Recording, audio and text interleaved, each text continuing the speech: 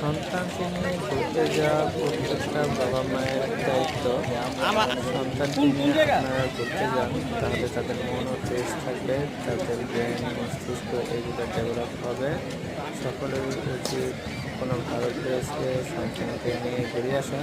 যেমন আমি আমার বাচ্চাকে নিয়ে রাসেল পার্কে গিয়েছিলাম, এটা হচ্ছে দেওব নারায়ণগঞ্জ। আপনারাও সেখানে চলে আসতে পারেন, ঘুরে আসতে পারেন। খুব সুন্দর একটি প্লেস।